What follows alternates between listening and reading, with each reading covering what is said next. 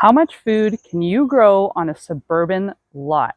Come with me and I'm going to show you how you can grow a ton of food while living in a town or a city. My name is Amanda and I have a suburban permaculture homestead in the middle of a busy town that is currently growing into city size. Since moving here 8 years ago, my primary focus has been to grow as much food as I possibly can here on my suburban lot. And I'm going to show you exactly what I am growing and where. I am currently growing in a 5A zone, and I am able to grow quite a lot here. But there's still some things that I can't quite manage, but I'm going to show you all the varieties that I do have here. So right here is almost the back of my property. This is just a little food forest plot that I have here, and I have a lot of things going on. Right here, I have one hascat bush among many that I have on this property, and then behind it is another one. Over here, I have a jostaberry. So I believe this is a mix between a currant and a blueberry. This is the first year it is producing, and I'm so excited to see what it brings us. You can see here that my hascaps do have some berries on them. These ones are not ripe yet, but there's others around the property that have ripened. And then over here, this is a pear. This is a Korean pear, or Asian pear, sorry, from my Asian pear tree. And then these are what the josta berries look like, very much like a currant or a gooseberry. So in this plot, I also have a Seckel pear tree. Now, this is the first time it has produced. I definitely need to trim it back a little bit more next year to kind of shock it into producing more, but I'm excited to see what it brings. And then blooming here is my hardy kiwi. I have 3 vines, 2 female and one male, and it is just blooming for the first time this year as well. So it will be another first for us this year too, and I'm super excited for that. So you can see that it's just finishing blooming, so I'm excited to see if we get some fruit on this vine this year. So coming around the side here, I have my Asian pear that I mentioned. It produces really well, and the taste of this pear is not comparable to any other pear. It is just so tasty. And then beside it, we have some comfrey growing. So this gets chopped and dropped after it's done flowering, and I'll leave it at the base of all of my trees. I have comfrey growing throughout the property, typically around my fruit trees. So down here, I have some more currant bushes. These are black currants. They are incredibly prolific, and they make an amazing jam. So I enjoy eating them fresh. My children do not. But they're a really great berry to have, as they just do so well. And you can make pies from them, put them in jams, anything like that, and they're just so tasty. And once we go in the middle here, you can see hiding in there is a rhubarb plant. It's doing really well. It likes the shade back there, so I'm happy with it. And if we come over here, you can see that I just have asparagus that is going to seed. So my asparagus season is now finished, but we do have asparagus in here as well. Now in the canopy up here, you can see a few different trees or bushes. I have elderberry that's growing all up in here. It's doing amazing. It really likes it back here. And then I have one apple on this side is Macintosh apple, and another apple just over here as well. This one does not do so great. I'm really hoping to prune it in a way that will help it produce. The apple over here is a prolific producer. It does really well here. In the mulch here, you can see some mushrooms that have kind of hit the end of their life. I'm letting them spread their spores here. These are King Strophoria mushrooms that we have inoculated in the mulch back here. So I'd like them to spread a bit more, and then we're going to start harvesting them for our dinners and lunches and such. If you have watched my past garden tours, you'll know that right here was absolutely full with raspberries. This raspberry patch produced a lot of fruit. And then we decided we were going to move, so we took it out. However, now we are not moving, so I'm letting this raspberry patch make a comeback. In this raspberry patch, I have another black currant as well as a red currant. So again, I love my currants. They do really well here. they produce a ton. So I let them grow as big as they can and produce as much as possible. See back here that I also have 3 grow bags. So the soil here kind of stays cool, and I'm trying to grow some pumpkins back here. So I'm trying it in grow bags and we're gonna see what happens. Then here I have a weeping mulberry tree. So this produces a lot of fruit, but I am fighting the birds for these fruit because they do quite like it. So in my head, I'm like, well, I'll let the birds have this fruit and maybe they'll leave my raspberries alone or some other fruit. So they can have the mulberries. I'll get what I can get from it, but I'm kind of using it as a sacrificial tree. At the base here, I have comfrey. I have some raspberries growing. Burdock here that I'm kind of letting growing is it can be a good medicinal plant. And there's a sea buckthorn. I had 2 back here. One unfortunately died, but this is another sea buckthorn that I have here, and it is beside my apple tree. And then beside that apple tree, growing up here, I have a peach tree. Now, this peach tree does really well, but it's a funny peach tree. It doesn't ripen until end of September or early October, which I kind of like because then our other peach tree is done and this peach tree is ripening. So you can see that I have CDs up in this tree. We are currently fighting with the local squirrels over who should be getting our fruit from our trees. They think it's them. I don't think it's them. It's been a thing. They took all of our stone fruit last year and almost all of our apples. I managed to save our pears and was really heartbroken over it all. So we have tried netting a tree. I don't like it. It was incredibly hard. The tree is big, and trying to make it so that there's 0 way that any animal could possibly get in there was hard, and it's not really easy on the tree either. So instead of netting this tree as well, I wanted to try the CD option and see if that helped. We are also live capturing these squirrels and giving them a home somewhere else. And there is a spray that you can buy, and I think it has capsaicin in it,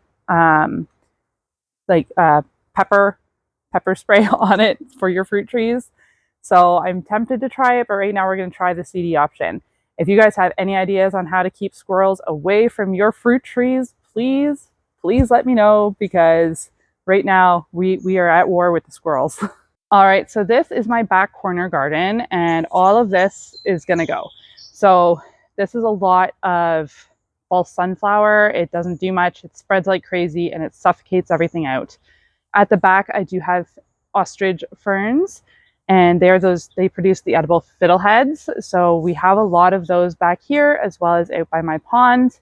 And then I have a plum here, as well as 2 service berries. So I do plan on taking out all of these false sunflowers and planting more edibles back here as well. Beside that garden, I also have 2 more plum trees, and they are doing really well. They've got a lot of fruit on them.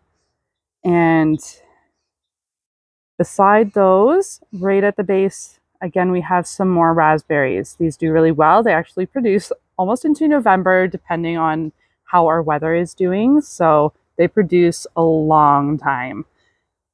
And then in the back here, beside all that, we do have our compost. We compost all of our fruit scraps, greens, that sort of thing, and make it into a wonderful topping for our soil. At the back, at the opposite end of my yard, I have a wildlife pond area where we are also growing a lot of food. Here in the front, you can see that I have some horseradish that is blossoming. I have a comfrey.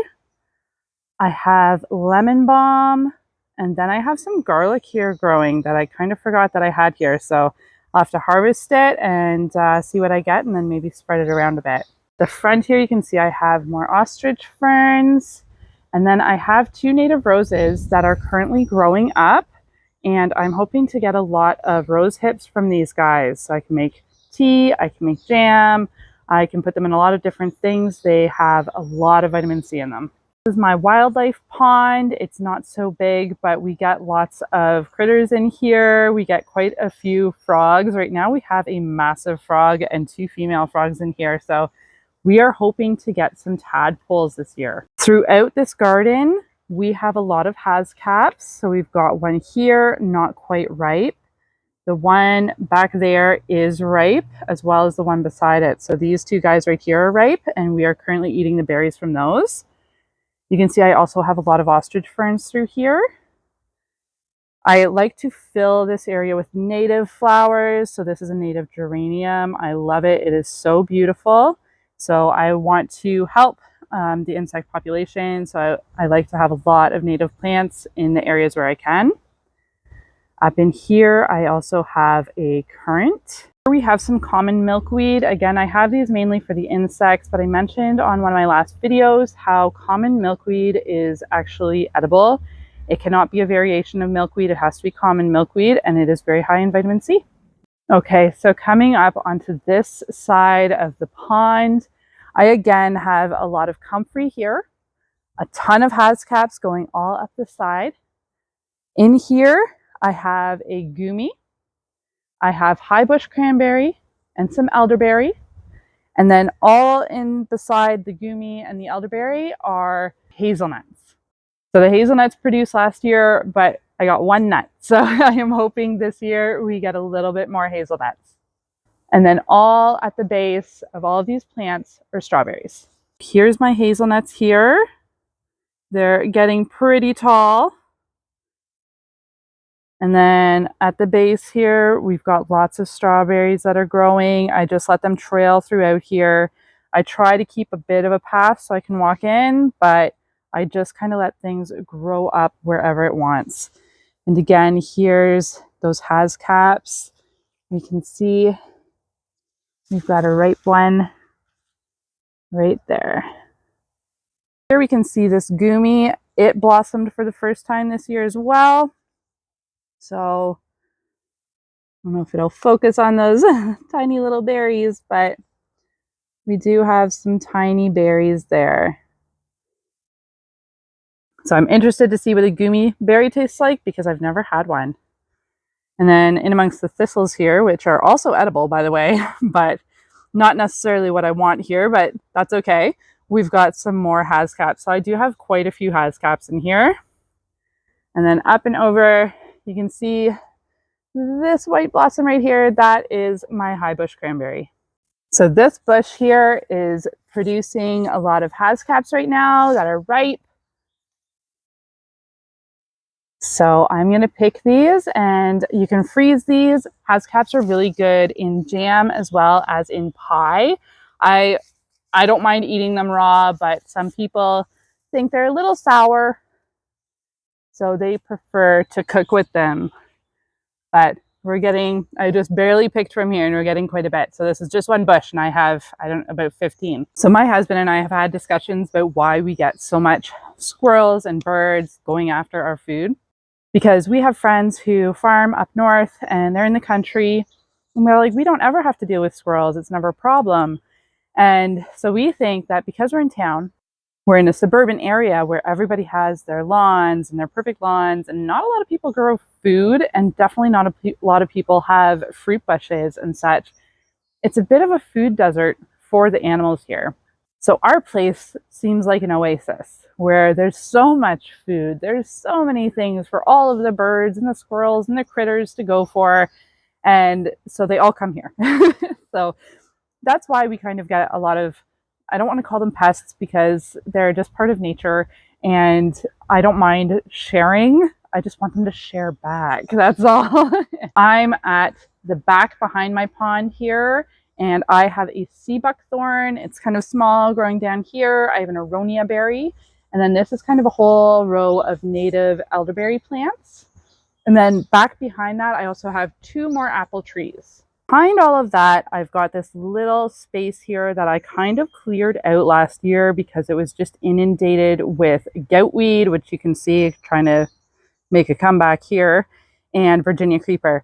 So I cleared it out, and what I'm doing is I am growing pumpkins and corn. We've got some pumpkins coming up here. And then I've got these are native corn. I may have to replant these just because we had a cold snap, and I'm only seeing one, and I planted about 2 weeks ago. So more than likely we'll have to replant, but this back area is designated to corn and pumpkins. So the area behind me here, if you've seen my old garden tours, you know all this was garden. When we had planned to move, we made it all grass just to help boost that property price. However, Again, we've decided to stay here for a while, so we are going to reimagine what I've got going on here. On either side, I have 2 apple trees, and then brand new, I got 2 nectarine trees up by my patio, which I'm excited for this year. And then I'm actually going to be putting in some raised garden beds, just because we have a lot of non-native invasives that like to come in and smother things. So I'm going to try a raised bed for some more annual growth. Here is one of my nectarine trees. It was just planted in the spring. I'm excited. I'm really hopeful that they will do well here. And then on over here is another one of those. So between the nectarines and the apples, they kind of create a pathway straight down to my fire pit. And to see, there's 1 nectarine, 1 apple, 1 apple, 1 nectarine. So this is all going to be beds of raised bedding for some annual growing. This brings us to my annual garden bed. So you can see that it's not like your regular annual garden bed, because I do have perennials in here as well. So I've got 1, 2, 3, 4 pear trees, 2 apple trees, and a couple of 3 sea buckthorns in here as well. And then we kind of plant around it. I find the regular square lined veggie beds a little boring, so this is what we came up with. Against this trellis right here, I also have grapevines growing. So unfortunately, our spring kind of got hit hard with some cold weather, and right after we planted after our last frost date, we got some very cold weather, and I think it killed off some of our seeds. So we've only just replanted, and we are hoping for the best this year. So in with my tomatoes here, I do have another asparagus, and it's only just coming up. It's a little bit more behind than others. So I've got a little baby one there at the base, and then a taller one here. I've got garlic in here and a CD that fell down. I'll have to get that. And then at the back, if you can see this asparagus right here, we had more asparagus back there as well. And then all at the base of this apple, you can see all of my comfrey. So it can be chopped and dropped, thrown down in that area, and just creates a lot more fertility for that soil. I've also increased my grapevines quite a bit this year. So I have, this is a green seedless growing up this pole here. And this pole leads up to a bird box that gets used every year. And way up there is also a bat house that unfortunately I don't think it gets used, but we tried.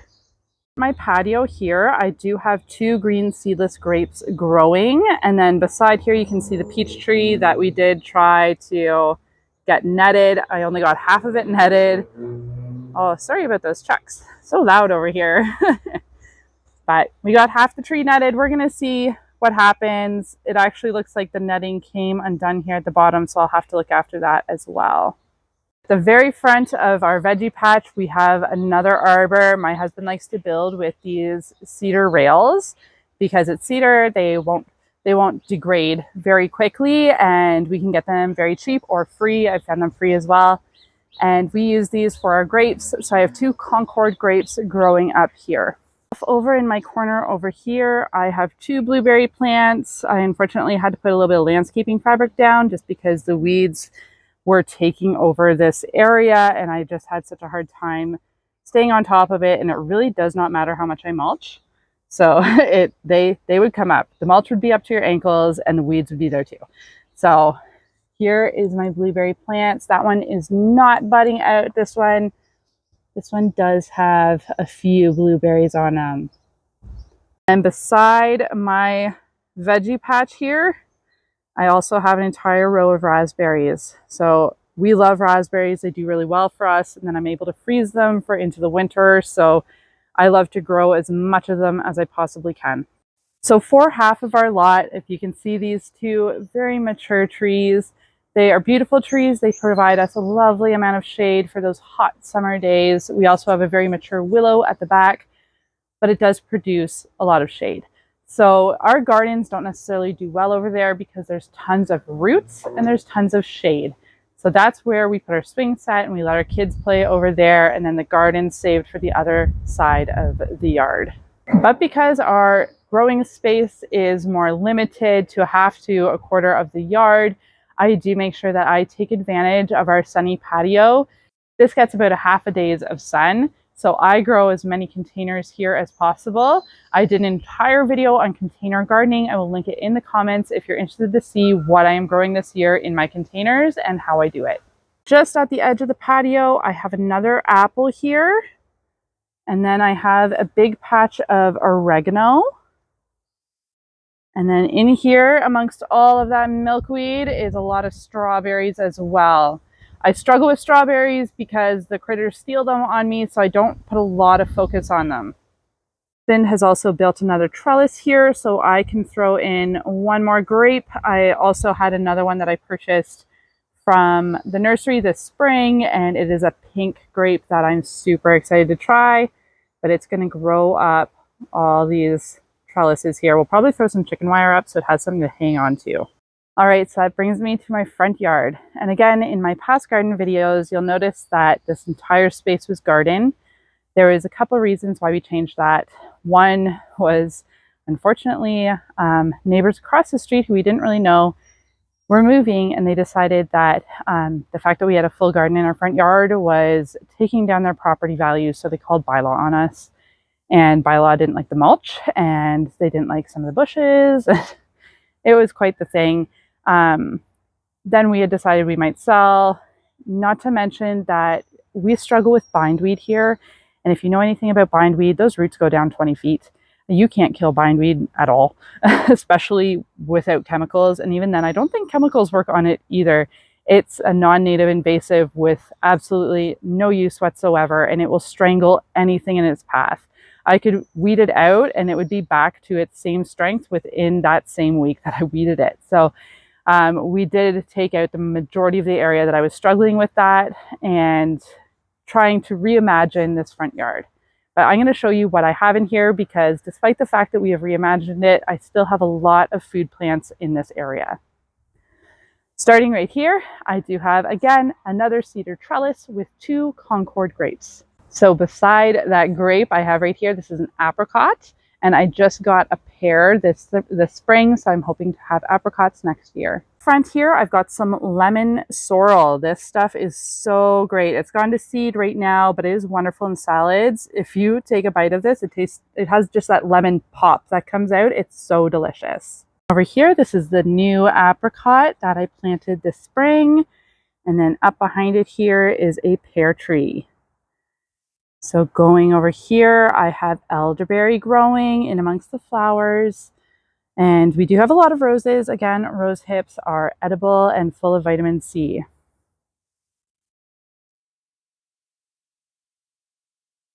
So we've kind of kept the garden all around the sides of the front yard, just having a little bit of grass in the middle, making it a little bit more pleasing to the eye. I've got some garlic growing at the base here. And then all up here is a huge elderberry, and the birds love this one. I do let the birds have some of this one because it is just so tall. And then I try to distract the birds with the elderberry because beside it we have 2 gigantic cherry trees. They produce a ton, but we are definitely fighting with the birds on this one. And I'm going to try that CD trick in these trees. Hopefully we can distract the birds a little bit to give us at least some cherries. And then beside it, I have one more pear here. At the base here of these cherry trees, I have some more lemon sorrel. Moving over beside the cherry trees here, this here is a little cherry bush, king cherry, I think it was called. I had them in the back. I moved them last year. I'm really happy to see that they have both survived. So I've got one here and I've got one here, and they both have berries on them. So they're really sweet little berries, almost a little bit like a tomato, but they're really flavorful, really enjoyable. And then behind that, I also have a hascap. I don't know if you can see it, it's right there.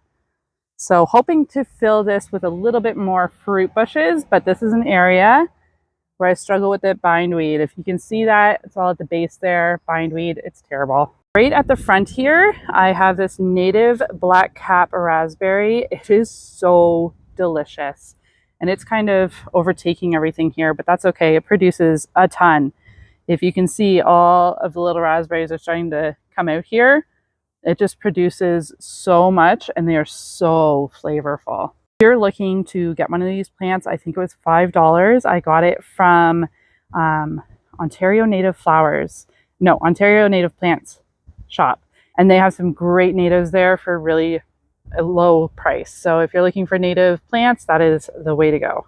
Up the side of my house here, I do have an ostrich fern, but this is all raspberries I planted up here. I'm gonna have to prune them back as they're trying to trail onto my neighbor's lawn here, but they're doing really well. They like the side of this house. And this was basically lost space when we first bought this house because it was just weeds growing up in here. So why not take advantage? I know so many of us would love some more space to work with. I would love to have some farmland here. I am in central Ontario. Farmland goes for over $1 million and more. So that's just to get a small little piece of farmland's over $1 million here. So getting that farmland is just unreasonable for me. So I know a lot of us want that land, but dealing with the space we have is sometimes the best we can do. And so I've taken what I've been given and I'm growing as much food as I possibly can for my family and trying to do it in the most ecological way possible. I hope this video inspires you to grow as much food as you can where you are right now. Look into those permanent plants, those permaculture plants. They will do amazing for you if you let them. It doesn't just have to be about a vegetable garden, although vegetable gardens are amazing as well, but you can focus on some fruit trees or fruit bushes if you have that space. Thanks for following me today, guys. I have an entire playlist on my permaculture gardening, and I'm going to link it right here if you would like to check that out. Thanks again, and I'll see you next time.